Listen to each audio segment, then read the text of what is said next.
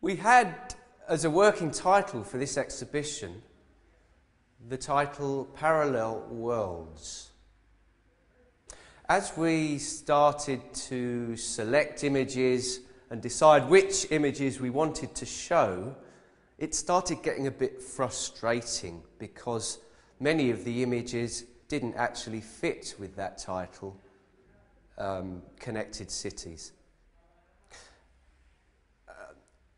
I started to look at the images and thought, well, what are these images? The images in clubs are very interior and very busy and reflect the noise and the excitement that we share about music, about dancing in those situations. Totally different to, say, this image of my mother's garden in their holiday home in France. How do we bring these together in one show, bearing in mind that they were made by the same person, the same artist?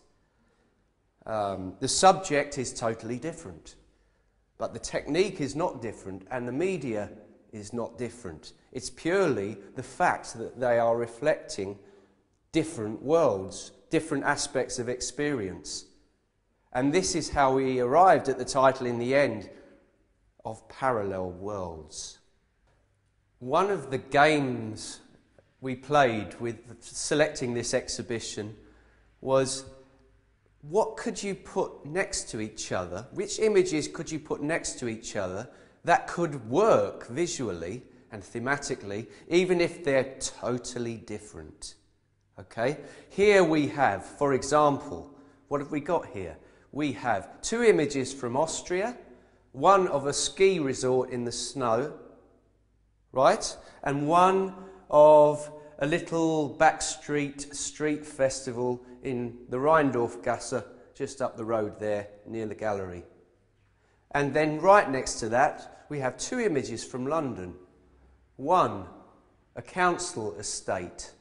This is what you call social housing, affordable housing. There's not a lot of it left in London anymore, but this is a housing estate in London with a view of the Tower Bridge. Here, another view of London.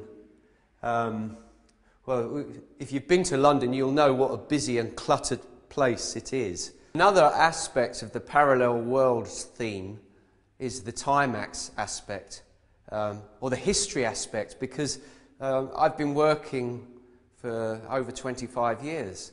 That's a quarter of a lifetime, if you're lucky. More if you're not so lucky. So that's a huge span of time to be working in a similar way on similar subjects. And many of the individual dancers and people that I have drawn and painted, I have known for 20, 25 years. And I've drawn them at different periods over that time period. For example, this drawing was made in 1995, live with the model. It's Everton again, same as the other portrait up there. He's still a friend of mine, I'm still in touch, but that was a long time ago. Again, a different world. 1995 was a totally different world to 2016, another parallel world. This painting was also commissioned by Linden's Arts Trust on the same project, and again it's one that fell into my hands when it was no longer useful to the organisation and their buildings. So I'm glad to have it back. It's basically comes from a series of 5 different live drawings made in a single music and club venue in London called the Blue Note in Hoxton Square. Here the process was slightly different because there was no live drawing went on, no live drawing at the place. This was made from memory, actually. It's an image about dancing with my daughter at an event in London. She was about 3 at the time, and she loved to dance and spin with her dad. This large canvas was actually commissioned by an organisation in London called Linden's Arts Trust. It's basically a reworking of a composition that came from one of my live drawings that was made live in the Jazz Cafe in London.